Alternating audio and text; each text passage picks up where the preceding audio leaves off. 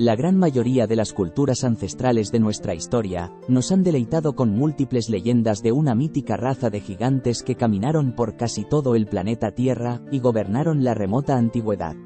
Algunos eran fieros y salvajes, mientras que otros fueron considerados divinos, hijos de los dioses. En las tradiciones nórdicas nos encontramos con los gigantes del hielo y los Jotun, poseedores de una poderosa fuerza sobrehumana. En la remota Irlanda nos cuentan sobre los antiguos fomorianos y los Tuatha de Danann, la tribu de los grandes dioses. Los gigantes primigenios y los antiguos titanes de Grecia, caracterizados en las mitologías por su fuerza y agresividad excepcionales, y castigados por su insolencia para con los dioses.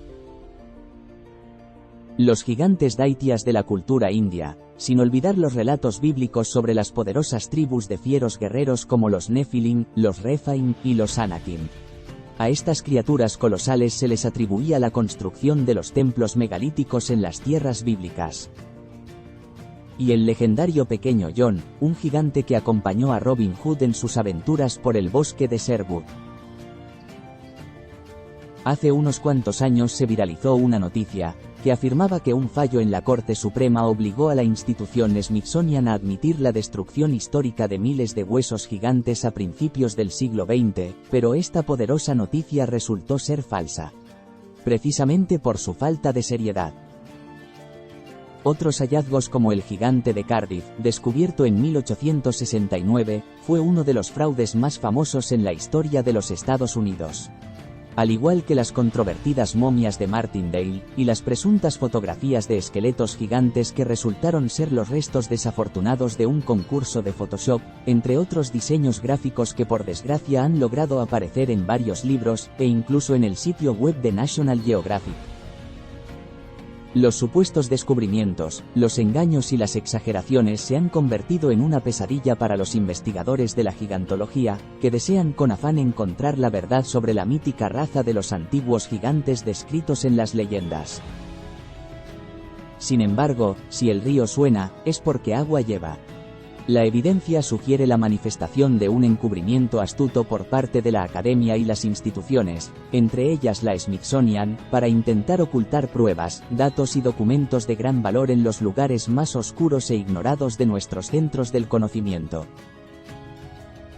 La información expuesta en este vídeo ha sido inspirada en las investigaciones presentadas en el libro Giants on Records, llevadas a cabo por un gran equipo de giganólogos. Jim y Bill Vieira, Hugh Newman, Micah Hanks, entre muchos otros investigadores, quienes le han dado forma al compendio gracias a la indagación clásica de detective práctico en bibliotecas, museos, entrevistas, residencias privadas y cementerios. Enigmas del Ser se ha encargado de sintetizar el contenido, comprobar, mostrar y difundir mucha de la evidencia que los giganólogos nos brindan. Uno de los nombres con los que se conoce al círculo megalítico de Stonehenge es la danza de los gigantes. Y la representación más antigua conocida proviene del antiguo manuscrito Roman de Brut, que nos muestra la ilustración de un gigante ayudando al mago Merlín en la construcción del gran círculo de piedra. Es común descubrir relatos de encuentros con gigantes en los registros históricos tempranos. En el antiguo manuscrito del viaje de Magallanes, conocido como uno de los documentos geográficos minuciosos y etnológicos más importantes conocidos, Antonio Pigafetta acompañaría y registraría los acontecimientos ocurridos durante el viaje a la Patagonia, llevado a cabo por el capitán Fernando de Magallanes en 1519. El relato cuenta que un día inesperado, lograron ver a un curioso gigante completamente desnudo que se divertía en la orilla del mar. Cantaba y bailaba, mientras jugaba con la arena y el polvo. Magallanes envió a uno de sus hombres y le ordenó que cantara y bailara con la gran criatura para ganarse su amistad, e inmediatamente el marinero condujo al gigante hacia la isla donde el capitán lo estaba esperando. El gigante comenzó a asombrarse y a temer. Levantó un dedo en alto pensando que los expedicionarios venían del cielo. El cronista que presenció los sucesos, dice que este hombre era tan alto que el más alto de la expedición apenas le llegaba a la cintura. El gigante se vestía con pieles de animales, y traía un arco corto y grueso con una gruesa cuerda hecha de la tripa de algún animal. Con el tiempo encontraron muchos otros gigantes, incluso mujeres gigantes, y si bien hubieron conflictos y muertes, consiguieron formar una estrecha confianza con muchas de estas grandes criaturas. Sin embargo, el capitán y su tripulación idearon un plan astuto para secuestrar a 2 de los gigantes más jóvenes, y así llevarlos a Europa en barco. Una operación que funcionó al principio, pero al cabo de poco tiempo estas criaturas murieron. El capitán los llamó gigantes patagónicos, a quienes en 1562, el cartógrafo español Diego Gutiérrez ilustraría en el mapa inspirado en la expedición. Incluso Antonio Pigafetta logró registrar un vocabulario de gigantes en su manuscrito. Acercándonos a la evidencia un poco más reciente, nos maravillaremos con la extraordinaria serie de incontables notas, informes y artículos en muchos de los diarios estadounidenses importantes, que relatan los misteriosos descubrimientos de esqueletos gigantes prehistóricos. Por ejemplo, esta nota, del Bismarck Weekly Tribune, del 1888, donde se relata que un esqueleto gigante acaba de ser desenterrado cerca de Jeffersonville. El hombre cuando estaba vivo debió de haber medido más de 10 pies de altura. Una medida equivalente a 3 metros aproximados de altitud. En el diario The Taney Country Republican, del 25 de febrero de 1904, un trabajador desenterró los huesos que fueron parte de un esqueleto gigantesco. El Dr. Samuels los examinó, y dijo que eran los huesos de un hombre que perfectamente debió de haber medido unos 11 pies de altura. Equivalente a 3 metros con 35 centímetros. En la nota del The Sunday Oregon, 10 de septiembre de 1922, durante el trabajo de exploración por parte del director del Museo Bishop, el Dr. Herbert Gregory junto con otros expertos, se han descubierto restos de monolitos gigantes y tumbas funerarias con cráneos y esqueletos de un pueblo antiguo de gran tamaño. Comenta que las enormes piedras fueron levantadas con lo que debe de haber sido un esfuerzo hercúleo, porque pesaban más de 30 toneladas. En el diario The Examiner, 22 de febrero de 1901, el profesor Amaliski de la Universidad de Varsovia disertó ante la sección geológica de la universidad, sobre el primer esqueleto de una raza antediluviana de gigantes descubierto por él mismo en el norte de Rusia. Los llamados Pareillosaurus. Este esqueleto medía 3 metros de la cabeza a los pies, y está perfectamente conservado hasta el más mínimo detalle. Será el primer ejemplar alojado en el Museo Paleontológico, que dentro de poco se construirá en San Petersburgo. Un curioso informe en el New York Times, publicado el 5 de abril de 1886, nos revela el descubrimiento de 2 fémures encontrados en el campo de montículos de Tumlin, en Georgia. Dice que si todo el marco está en proporción con los huesos encontrados, su propietario debe de haber medido 14 pies de altura, un monstruoso equivalente a 4 metros con 30 centímetros de alto. También se encontraron muchos adornos de conchas, bronce y piedras, y se aclara que un representante de la institución Smithsonian estuvo presente investigando las curiosas reliquias. Es aquí, donde comienza esta extraña historia. La institución Smithsonian está continuamente vinculada a los esqueletos gigantes, o al menos a la falta de estos.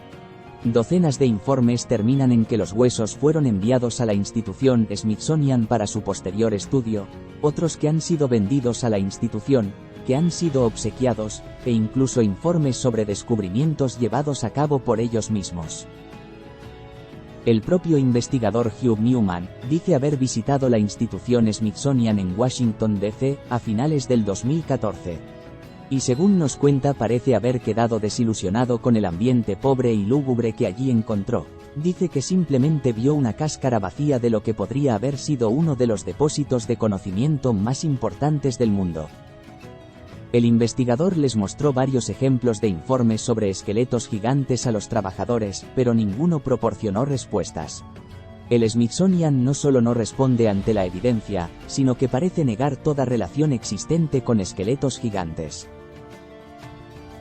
Sin embargo, una noticia en el diario The Anderson Intelligencer, del 4 de diciembre de 1895, comunica que la atracción más interesante del Museo de la calle Decatur es el cuerpo momificado de un indio gigante que debe de haber medido unos 9 pies de alto cuando todavía estaba vivo. Unos 2 metros con 74 centímetros. Y según el informe, la momia ha sido declarada como genuina por las altas autoridades en osteología. El cuerpo yace en una posición perfectamente natural y bien proporcionado, con su cabello largo y áspero, como si un guerrero gigante se hubiera acostado a dormir. El anuncio de la venta del cuerpo llamó la atención de los médicos y profesores de la institución Smithsonian, quienes ya habrían enviado a sus especialistas en osteología para realizar exámenes expertos con anterioridad, declarándolo nuevamente como el cuerpo de una momia verdadera. La nota dice que los exámenes se realizaron con la intención de comprar las momias para colocarlas en el Museo Nacional de Washington, el Smithsonian. El diario The Sunday Oregonian, del 13 de marzo de 1910, nos dice que se encontró un esqueleto prehistórico de 3 metros en una cueva al sur de Idaho, junto con un antiguo cañón oxidado y desgastado, muy pesado, y similar a un rifle de pedernal, con una fabricación peculiar y desconocida para los expertos de la época. El cráneo del gigante es 2 veces más grande que el del hombre promedio.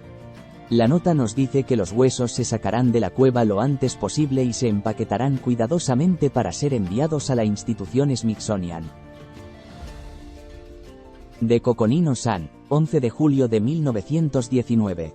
Un esqueleto gigante de 5 metros y medio ha sido encontrado en Texas por McKinney, un buscador de petróleo. El Dr. Pierce, profesor de antropología de la Universidad de Texas, dijo que si el informe del esqueleto fosilizado de 18 pies resulta ser verdadero, sería el descubrimiento etnológico más importante del mundo. Según McKinney, el cráneo es 6 veces más grande que el de un hombre corriente. La nota acaba con que es probable que los huesos del gigante sean donados a la institución Smithsonian, bajo la dirección del antropólogo y Dr. Walter Phelps. Sin duda alguna, la noticia favorita de los investigadores es la que aparece en el diario de Arizona Journal Miner, el 13 de octubre de 1911. Peter Marks de Walnut Creek descubre un esqueleto humano gigante en su finca, pero se niega a venderlo a los antiguos agentes de la institución Smithsonian. El señor y la señora South de la institución lograron tomar fotografías del monstruo, y realizaron este largo viaje con el propósito de poder ver el esqueleto y llevárselo a Washington. Según el informe, el cráneo estaba intacto, e indicaba que el gigante era de un tamaño tan anormal que era incomprensible como ser humano. En otro informe del Salt Lake City, domingo 2 de agosto de 1936, el Dr. Preston Holder dirige el estudio arqueológico y la excavación en Sea Island, donde señala las características inusuales de sus nuevos descubrimientos. Se encontraron esqueletos aborígenes de hasta 2 metros y un grupo de cráneos inusualmente grandes que los expertos declaran que no son del tipo aceptado para el indígena nativo. La narración nos comparte que algunos de los primeros cráneos desenterrados por el Dr. Preston Holder ya han sido examinados en el Instituto Smithsonian por el Dr. Ales Erdlicka, la principal autoridad en la época. En la revista de la Sociedad de Arqueología Americana del 2011, el profesor Kevin Kiernan, emérito de inglés de la Universidad de Kentucky, nos ofrece un panorama un poco más profundo del caso de Preston Holder. Por razones que permanecieron oscuras, los supervisores de Preston Holder, entre ellos los del Smithsonian, no permitieron que este arqueólogo publicara sus informes. No solo ocultaron y desalentaron el uso de sus propios resultados para su doctorado en Columbia, sino que en algunos casos eliminaron sus informes y documentos. Según los informes, Holder fue un hombre con intenciones de descubrir la verdad, pero parece que hay otras cuestiones más importantes para las autoridades.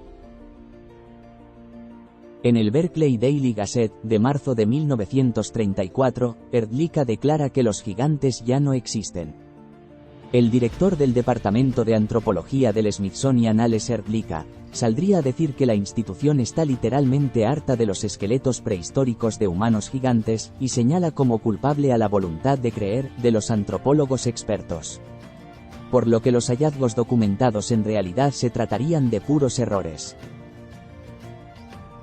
Pero es curioso que el 5 de octubre de 1936, 2 años después de las declaraciones de Ales Hrdlicka, aparezca una nota sobre la posesión de un enorme cráneo indio por parte del Smithsonian nuevamente. La nota dice que después de pasar un verano husmeando en las Islas Aleutianas, el Dr. Alex Hrdlicka se fue a su casa con un cráneo de un grandísimo tamaño. De hecho, la cabeza que recogió el antropólogo de la institución Smithsonian, alguna vez contuvo el cerebro humano más grande registrado en el hemisferio occidental, según dicen los científicos de la mismísima institución. Esta cabeza tenía una capacidad cerebral de 2,005 centímetros cúbicos, a comparación de un hombre promedio con solo 1,450 centímetros cúbicos, y una mujer promedio de 1,300. Parece ser que los giganólogos han conseguido el registro de este suceso, pudiendo ver el nombre de Alex Hrdlicka y los datos del cráneo encontrado en este documento del Smithsonian. La isla Cagamil es parte del archipiélago de las Aleutianas, donde la nota menciona que Hrdlicka conseguiría este cráneo tan grande. El 12º informe anual de 1894 es un compendio de una serie de informes anuales sobre las excavaciones y documentos oficiales del Smithsonian, y se ha convertido en la meca de los giganólogos, por la evidencia que sustentan, y que podría ser incuestionable. Alex Hrdlicka dijo que los hallazgos de la antigua raza de gigantes de entre 7 y 8 pies de altura son en realidad grosos errores de los expertos en la interpretación y la medición de los ejemplares. Pero en la página 113 del informe oficial del Smithsonian, se analizan los descubrimientos realizados en 18 montículos encontrados en el condado de Van Buren, de Arkansas. Y si nos enfocamos en el informe del montículo número 5, podremos leer el hallazgo de uno de los esqueletos más grandes descubiertos por los agentes de la oficina. La longitud del hallazgo, según lo demostrado por la medición real, es de entre 7 y 8 pies, lo que equivaldría a un esqueleto de casi 2,5 metros de largo. En la página 361 y 362 del mismo informe oficial, se comparte otro descubrimiento de un esqueleto muy grande, tendido de manera horizontal, y en toda su longitud. Tras una cuidadosa medición se encontró que su longitud era de 7 pies y 3 pulgadas, 2,20 metros de largo. Incluso se encontraron algunos esqueletos de gran tamaño con una buena cantidad de pesados brazaletes de cobre, que podremos apreciar en las ilustraciones del informe oficial.